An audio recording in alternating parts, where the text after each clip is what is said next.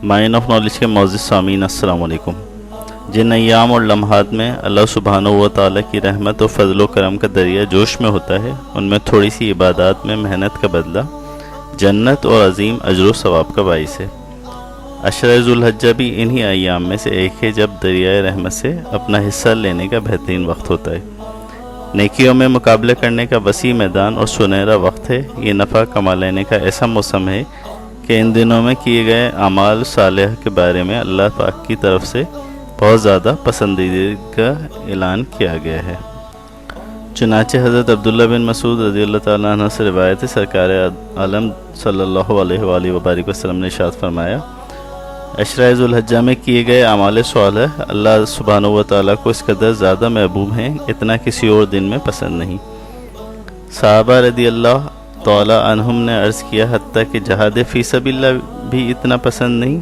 تو آپ صلی اللہ علیہ وآلہ وبارک وسلم نے ارشاد فرمایا، جہاد فی سبیل اللہ بھی نہیں، سوائے اس شخص کے جو اپنا جان و مال لے کے نکلا اور مال اور جان خرچ کرتے ہوئے واپس ہو، یعنی شہید ہو گیا، یعنی شہید کا رتبہ تھوڑا بڑھ کے اس سے۔ ایک اور حدیث حضرت ابو ہریرہ رضی اللہ عنہ بیان فرماتے ہیں، رسول اللہ صلی اللہ علیہ وآلہ وسلم نے ارشاد فرمایا، دنوں میں سے کسی دن میں بھی بندے کا عبادت کرنا اللہ کو اتنا محبوب نہیں جتنا کہ عشرہ ذی الحجہ میں محبوب ہے۔ عشرے کے ہر دن کا روزہ سال بھر کے روزوں کے برابر ہے، اور اس کی ہر رات کا قیام شب قدر کے قیام کے برابر ہے۔ جامع ترمذی کی حدیث ہے، 66 میں سے ہے۔ نبی کریم صلی اللہ علیہ وسلم نے فرمایا، جب بھی کوئی حاجی تلبی لبیک اللہم لبیک لا شریک لک لبیک ان الحمد والنعمت لک والملک لا شریک لک پڑھے، اس کو بشارت دی جاتی ہے۔ اور جب بھی کوئی تکبیر پڑھے، حاجی ہو یا غیر حاجی، اس عشرے کے دوران اللہ اکبر اللہ اکبر اللہ اکبر لا الہ الا اللہ اللہ اکبر اللہ اکبر وللہ الحمد کہنے والے کو تکبیر کہے، اس کو بھی خوشخبری سنائی جاتی ہے۔ صحابہ علیہم الرضوان نے سوال کیا، یا رسول اللہ، کیا جنت کی خوشخبری؟ آپ صلی اللہ علیہ وآلہ وآلہ وسلم نے فرمایا، ہاں، جنت کی خوشخبری۔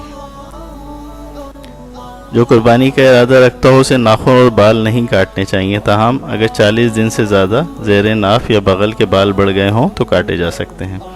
چنانچہ مسلم شریف کی حدیث نمبر 5117 میں حضرت ام سلمہ رضی اللہ تعالیٰ عنہ سے روایت ہے کہ نبی کریم صلی اللہ علیہ وآلہ وسلم نے فرمایا، جب عشرہ ذو الحجہ شروع ہو جائے اور تم میں سے کوئی شخص قربانی کا ارادہ رکھتا ہو تو وہ اپنے بالوں اور ناخنوں کو نہ کاٹے۔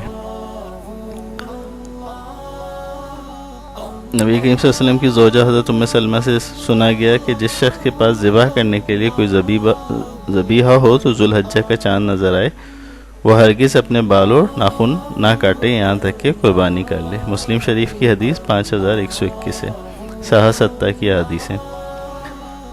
سنت متواترہ میں سے ہے کہ نبی کریم صلی اللہ علیہ وآلہ وسلم پورے 9 دن روزہ رکھتے تھے، لہٰذا حضرت حفصہ رضی اللہ تعالیٰ عنہ فرماتی ہیں، 4 کام نبی کریم صلی اللہ علیہ وسلم کبھی نہ چھوڑتے تھے: عاشورہ 10 محرم کا روزہ، ذو الحجہ کے پہلے عشرے یعنی 9 دن کے روزے، ہر مہینے سے 3 دن کے روزے، اور نماز فجر سے پہلے 2 رکعتیں۔ یہ حدیث سنن نسائی میں اور مسند احمد میں مذکور ہے، جو کہ 66 میں سے ہے۔ سیدنا ابو قتادہ رضی اللہ تعالیٰ عنہ سے روایت ہے، نبی کریم صلی اللہ علیہ وسلم نے فرمایا، یوم عرفہ یعنی 9 ذو الحجہ کا روزہ گزشتہ اور آئندہ 2 سالوں کے لیے گناہوں کا کفارہ بنتا ہے۔ یعنی عرفہ یعنی 9 ذو الحجہ کا جو روزہ ہے وہ پچھلے 1 سال کا اور آئندہ 2 سالوں کے گناہوں کا کفارہ بنتا ہے، یعنی پورے 3 سال کا گناہوں کو ختم کر دیتا ہے۔ اور یوم عاشورہ کا روزہ 1 گزشتہ سال کے گناہوں کا کفارہ ہے۔ مسند احمد کی یہ حدیث ہے۔ اب مصروف افراد کیا کریں؟ مصروف افراد جو کہ کاروباری لوگ بھی ہو سکتے ہیں، سرکاری افسران اور اہلکار بھی ہو سکتے ہیں، ذو الحجہ سے فائدہ اٹھانے کے لیے ان کے لیے آسان طریقہ یہ کہ اگر وقت کی قلت یا گھریلو اور کاروباری ذمہ داری کی بنا پہ زیادہ وقت عبادات کو نہ دے سکیں، تب بھی مندرجہ ذیل اعمال کے اہتمام سے انشاءاللہ اس عشرے کی برکات کسی حد تک حاصل کی جا سکتی ہیں۔ سب سے پہلے باجماعت نمازوں کا اہتمام کریں، خصوصاً فجر اور عشاء کی جماعت ضرور پڑھیں کہ ساری رات نماز اور عبادت کا ثواب ملتا ہے۔ اسی طرح عصر کی نماز کی بھی جماعت کی پوری ترکیب کریں۔ ہر قسم کے گناہوں سے بچنے کا خصوصی اہتمام کریں، ورنہ محنت کے باوجود عبادت کا نور اور نفع حاصل نہ ہوگا۔ نظروں اور زبان کی حفاظت کریں۔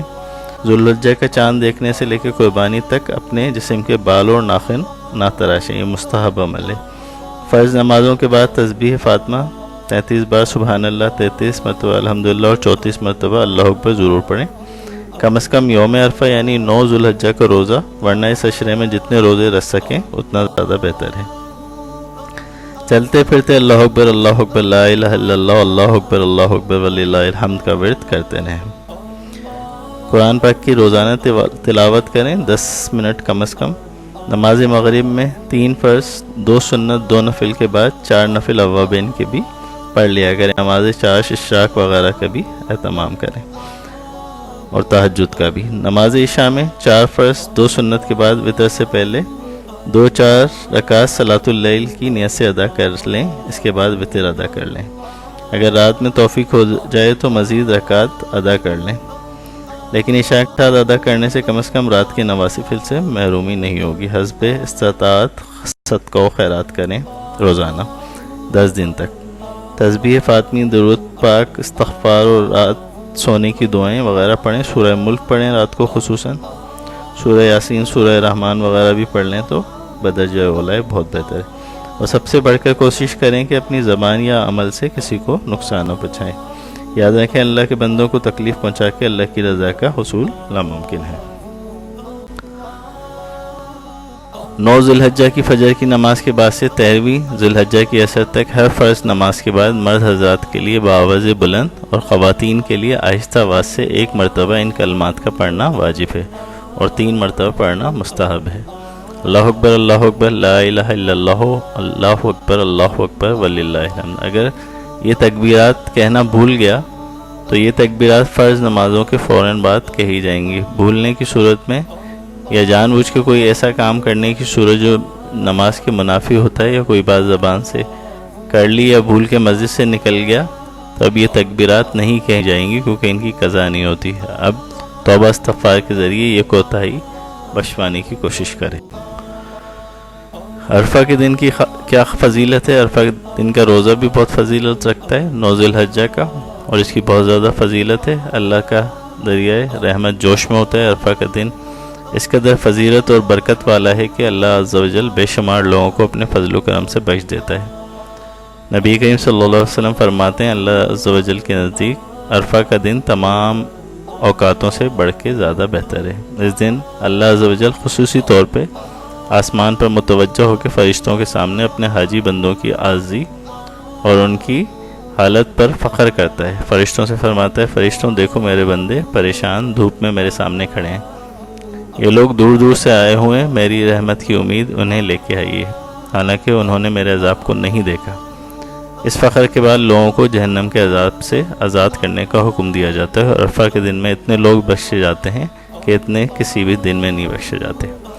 یہاں پہ ایک چیز ذہن میں ضرور رکھیے گا کہ ایک اور حدیث ہے کہ عرفہ کے دن ہی کوئی شخص کھڑا ہوتا ہے اللہ عز و جل کے سامنے، اس کا جسم گرد آلود، اس کا بال گرد آلود، اس کے پورا یعنی سفر کا اس کے اوپر پورا اثر دکھائی دے رہا ہوتا ہے، بہت گندا سندہ وہ آ کے عرفہ میں اللہ عز و جل کے سامنے عرفہ والے دن حج میں اللہ سے دعا مانگتا ہے اور حج کی قبولیت کی درخواست کرتا ہے، مگر اللہ عز و جل فرماتا ہے حدیث میں کہ میں کیسے اس کی دعاؤں اور عبادتوں کو قبول کر لوں جبکہ اس کا پہننا حرام، اس کا کھانا حرام، اس کا پینا حرام۔ تو سامعین کرام رزق حلال کو خاص طور پہ ترجیح دیں، کیونکہ آپ کے تمام اعمال اسی وقت قبول ہوں گے جب آپ رزق حلال کے ذریعے انہیں پرفارم کریں گے یا وہ خرچ کر کے ان پہ جائیں گے۔ حج آپ رزق حرام کے ذریعے کریں گے تو وہ آپ کے لیے وبال بن جائے گا بجائے رحمت کے اللہ کی۔